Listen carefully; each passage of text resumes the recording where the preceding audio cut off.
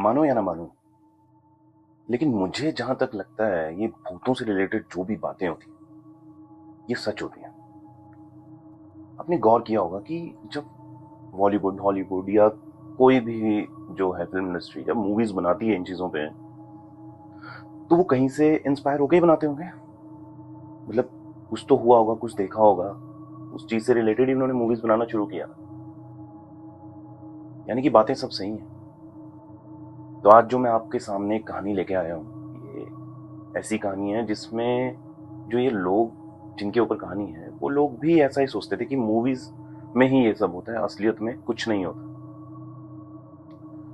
तो मैं बिनी आपका स्वागत करता हूँ अपने चैनल भूतिया टेल्स पे। तो शुरू करते हैं।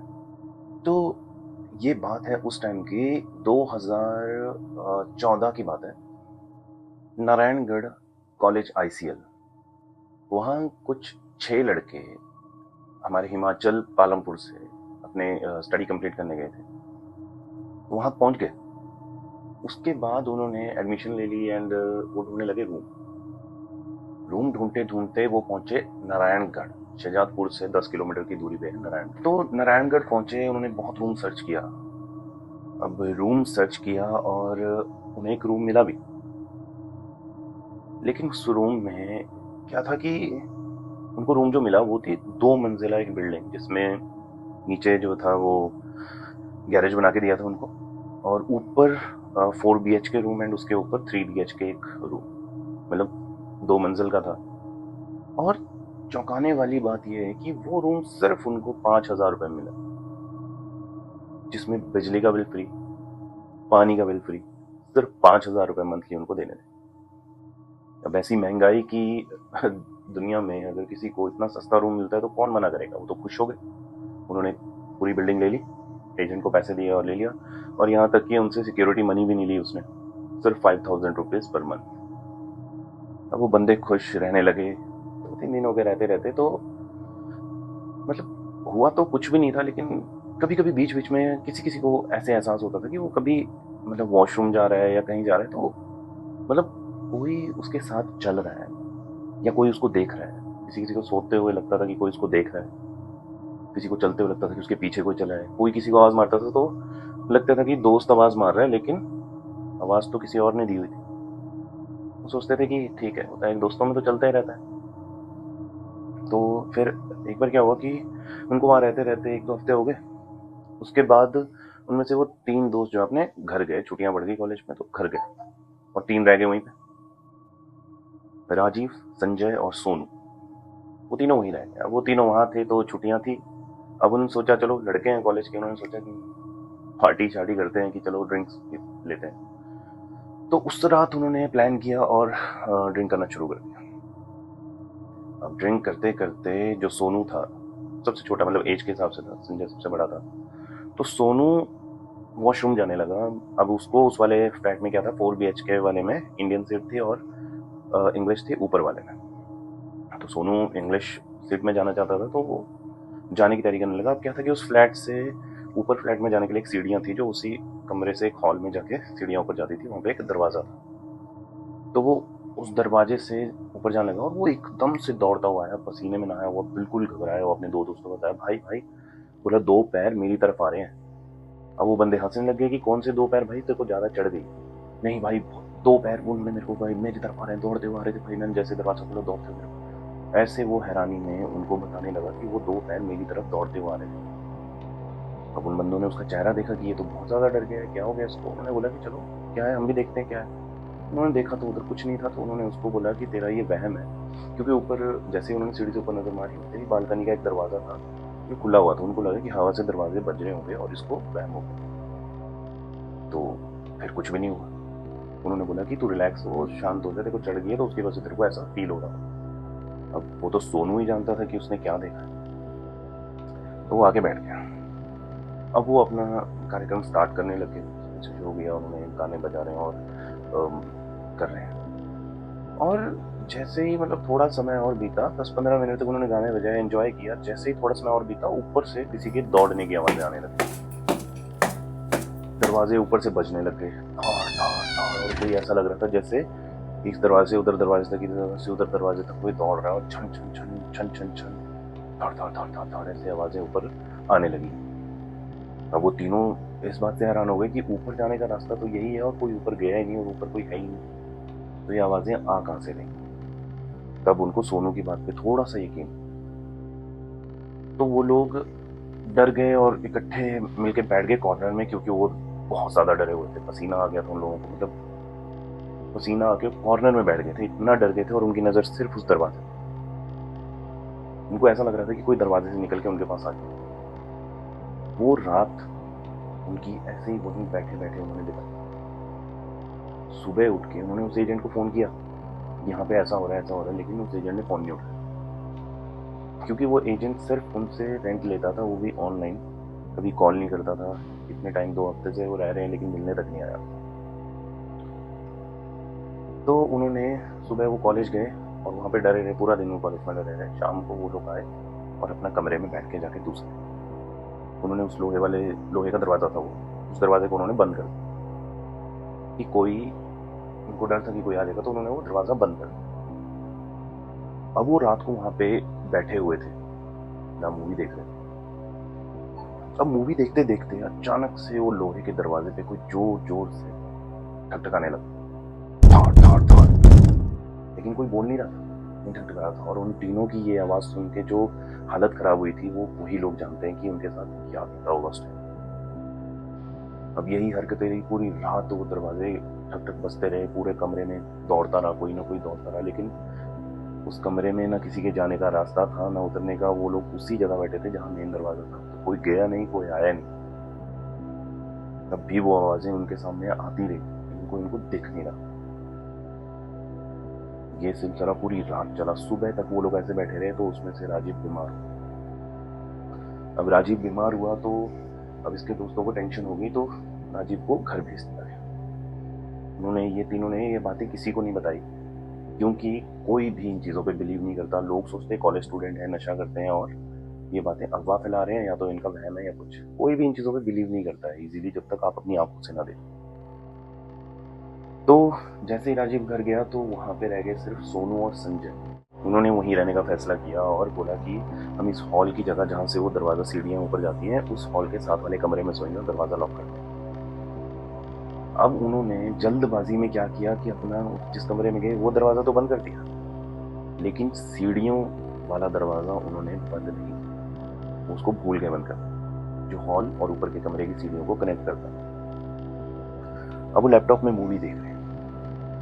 अचानक से सोनू को फील हुआ कि दरवाजे के जो नीचे, दरवाजे के नीचे इतना सा गैप होता है, वहां से कोई इधर उधर जा रहा है। अब वो बेड नीचे किया हुआ था, उन्होंने बेड थे नहीं, तो नीचे ही उन्होंने अपना बेड बिछाया हुआ। तो सोनू ने दरवाजे के नीचे से देखा और एकदम से वो क्या देखता है कि जैसे ही उसने आंखें नीचे रखी, दूसरी साइड भी सेम उसी की तरह दिखने वाला बंदा उसको देख रहा है, दरवाजे की दूसरी साइड।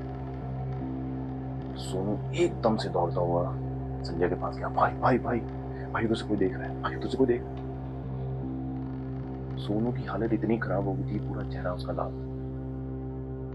और थोड़ी ही देर में वो एंटिटी वहां घूमती रही घूमती रही घूमती रही, उसकी परछाई नहीं, लेकिन उसके पैरों की आहट, उसके पैर सब वहां पे घूमते रहे। अब हुआ क्या, उन लोगों ने इस चीज को थोड़ा इग्नोर मारा और वहां पे बैठे रहे कॉर्नर पर। थोड़ी ही देर में उस एंटिटी ने दरवाजे पे इतने जोर जोर से मारना शुरू किया, धाड़ धाड़ धाड़। उन दोनों की हालत इतनी बुरी हो गई थी उस टाइम, लेकिन उनका ये तीसरा दिन था जो वो बिना सोए बिताने वाले थे। वो सुबह तक वहीं बैठे रहे। से बोलते हैं कि मूवीज में उन्होंने देखा है कि फोटोज लगाते हैं भगवान के और भूत प्रेत से दूर हो जाते हैं, तो वो बाहर से पोस्टर्स ले आए। उन्होंने अपने उस कमरे में पोस्टर्स लगा दिए ताकि एक रिलैक्सेशन हो जाती है।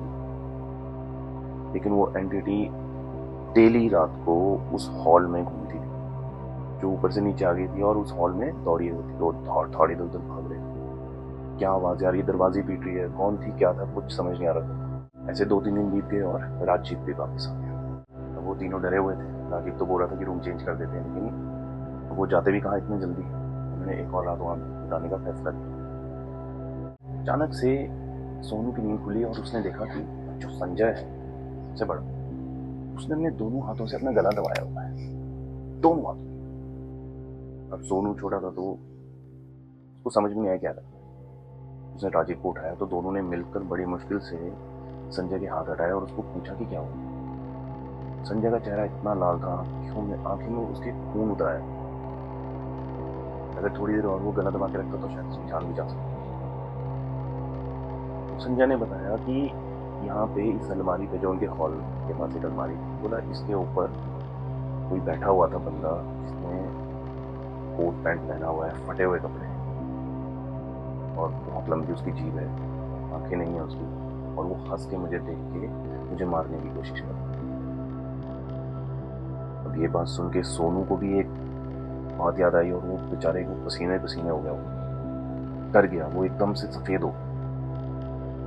जब पूछा संजय और राजीव ने उसको कि क्या हुआ था, तब सोनू ने बताया कि भाई जो आप अभी बता रहे हो ये सेम चीज मैंने देखी। फिर तो उनकी डर के मारे जो हालत हुई, क्योंकि वहम एक बंदे को होती। सोनू ने कहा कि मैंने ये बात इसलिए नहीं बताई कि आप लोगों को लगेगा कि मैं डर के मारे शायद ये चीजें देख रहा हूँ, लेकिन आज जो आपने जो बोला वही सेम चीज मैंने भी देखी। अब उन्हें ये पक्का यकीन हो गया था कि वो एंटिटी उनके पीछे पड़ चुकी, तो उनको छोड़ के नहीं जाएगी इस घर से जब तक वो इस घर से जाते। अब वो ठीक है, संजय बढ़ा था तो उसने बोला कि चलो सो जाते हैं, रिलैक्स हो जाते हैं, और सो। जब राजीव और सोनू सुबह उठे तो उन्होंने देखा कि संजय के पैर दोनों दीवार के ऊपर उल्टे थे, संजय की गर्दन टेढ़ी थी और वो बेहोशी की हालत में दरवाजे के कॉर्नर, जैसे उसको कोई घसीटता हुआ आ जाएगा और वो दीवार के ऊपर उसको खींचना चाह रहा है, जिससे उसकी गर्दन टेढ़ी। वो उल्टा दीवार पे लटका हुआ। राजीव और सोनू ने उसको जगाया पर वो जागा नहीं, बेहोश। डॉक्टर को बुलाया तो डॉक्टर ने कहा कि इसकी ये जो ये बेहोश हुआ है, ये कोई इसको शॉक लगा है जिसकी वजह से बेहोश हुआ। लेकिन जब संजय होश में आया तो उसने बताया कि ऐसा तो कुछ नहीं था, बस मुझे कोई हवा में उड़ा, और उसको कुछ भी याद नहीं था सोने के बाद से लेके हॉस्पिटल में उठने के बाद। तो इतना कुछ होने के बाद संजय को लगा कि ये बहुत ज़्यादा हो रहा है, तो उसने अपनी मम्मी को फ़ोन किया और उन्हें सब कुछ बता दिया। अब हमारे हिमाचल में देवी देवताओं को बहुत माना जाता है। संजय ने वहाँ की कुछ मिट्टी सी इकट्ठी की और एक पोटली में डाल के ले गई। उसकी मम्मी ने वहाँ पे एक पंडित जी को दिखाया हिमाचल में, कांगड़ा। तो पंडित जी ने बताया कि वहाँ पे बहुत सारी एंटिटीज। अब ये एक और शॉकिंग न्यूज़ थी उन तीनों के लिए, क्योंकि वो सोचते थे कि सिर्फ एक एंटिटी उनको परेशान कर रही है, लेकिन वहाँ पे बहुत सारी एंटिटीज। अब उन्होंने डिसाइड किया था कि ये रूम वो बदल देंगे, तो उन्होंने अपना ढूंढना शुरू किया। तो जैसे ही अपने उनके घर के पास जहाँ वो रूम था उसके साथ में मार्केट थी, जब भी वो बाहर निकलते थे तो वो सारे लोग उनको घूरते थे। अब वो वहाँ जाके ही पता कर रहे थे मार्केट कि और कहाँ रूम मिलेगा। तभी वहाँ एक राशन वाला था जो अभी भी है वहाँ घर के पास, अभी भी ये रियल घर है, यहाँ आप जा सकते हैं, देख सकते हैं। और वहाँ जाके दिन में जाना, रात में नहीं। तो उन्होंने उस राशन वाले को पूछा कि यहाँ कोई घर मिलेगा, कोई और रेंट मिलेगा। तो उन्होंने बोला कि क्यों, यहाँ क्या होगा। बोला यहाँ पे ऐसा ऐसा हो रहा है। तब जाके राशन वाले ने बोला कि तभी मैं सोचूं कि तुम लोग यहाँ कैसे रुक सकते हो। हम लोग तो जब आप लोग आए थे तब हम सारे मार्केट में बातें करते थे कि इस घर में तो कोई भी नहीं था 30-40 सालों से, और ये किराए पे किसने चढ़ा दिया, क्योंकि इसके ओनर तो है ही नहीं। जो भी जितनी भी फैमिली थी तब उस घर में आज से 30 से 40 साल के पहले इस घर में फंक्शन था शादी का, और उसी में सारी फैमिली जल के मर गई। तो वो पंडित जी की बात भी सही थी कि यहाँ पे बहुत सारी एंटिटीज हैं, क्योंकि सारी फैमिली इसी घर में मरी थी, बच्चे से लेके बूढ़े तक सब जल के मर गए। तब जाके उन तीनों को ये बिलीव हुआ कि इसीलिए जब भी हम बाहर निकलते थे तो ये मार्केट वाले लोग उनको घूरते क्यों। अब उन्होंने सोच ही लिया था कि अब रूम शिफ्ट कर लेंगे। उन्होंने रूम ढूंढ लिया और उनके वो 3 दोस्त भी वापस आए जब छुट्टी से। तब उन लोगों ने उनसे बात की, तब उन्होंने उनको बताया, सब कुछ बताया। तो वो तीनों भी मान गए कि ठीक है हम रूम चेंज कर लेंगे। तो वो 6 के 6 बैठ के बातें कर रहे थे। तो मतलब ऐसे सोनू ने बोला कि भाई ये 2-3 हफ्ते वो शेयर करती कि 2-3 हफ्ते इस रूम में बिताने के बाद जो हालत खराब हुई है वो बहुत बुरी थी। तो अब वो 3 दोस्त जो वहां नहीं थे उन्होंने बोला कि 2-3 हफ्ते, हम यहाँ 6 महीने से हैं। सोनू, राजीव और संजय की जो हालत खराब हुई उस टाइम ये सुन के कि 6 महीने हो गए उनको यहाँ रहते हुए, क्योंकि उन लोगों के लिए तो वो 2-3 हफ्ते थे, बाकियों के लिए वो 6 महीने से वहां रह रहे। वो सिर्फ स्टार्टिंग के कुछ दिनों में कॉलेज गए, लेकिन जब राजीव घर से वापस आया था उसके बाद से वो लोग उस रूम से बाहर नहीं निकले। 6 महीने तक वो उसी रूम में रहे, डरे सहमे, और उन एंटिटीज के बीच में जो उनको उस दरवाजे से बाहर तक नहीं आने देती। खैर, उन लोगों ने तो अपना रूम शिफ्ट किया और उसके बाद वो रिलैक्स हो गए, शांत हो गए, लेकिन आज भी वो उन चीजों को भुला नहीं पाए, उन आहटों को, उन चेहरों को। सोनू ने अपने आप को घूरते हुए देखा, वो उस चीज को नहीं भुला पाया। घर लेने से पहले उसके बारे में हर जगह से जांच पड़ताल करो, उसके बाद ही ऐसी जगह घर लो, क्योंकि हर घर घर नहीं होता। क्या पता उस घर में कौन कब क्या हो और कैसे मरा हो। मिलते हैं अगली कहानी पे, तब तक अंधेरे से दूर रहिए। और हाँ, अगर आपके साथ कभी ऐसा वैसा कुछ भी हुआ है तो मुझे कमेंट में बताओ ना, या मेरी इंस्टाग्राम आईडी ले लो और उसके ऊपर डीएम कर दो, मैं आपकी कहानी यहाँ पे जरूर बताऊं। सब्सक्राइब और शेयर करना मत भूलना।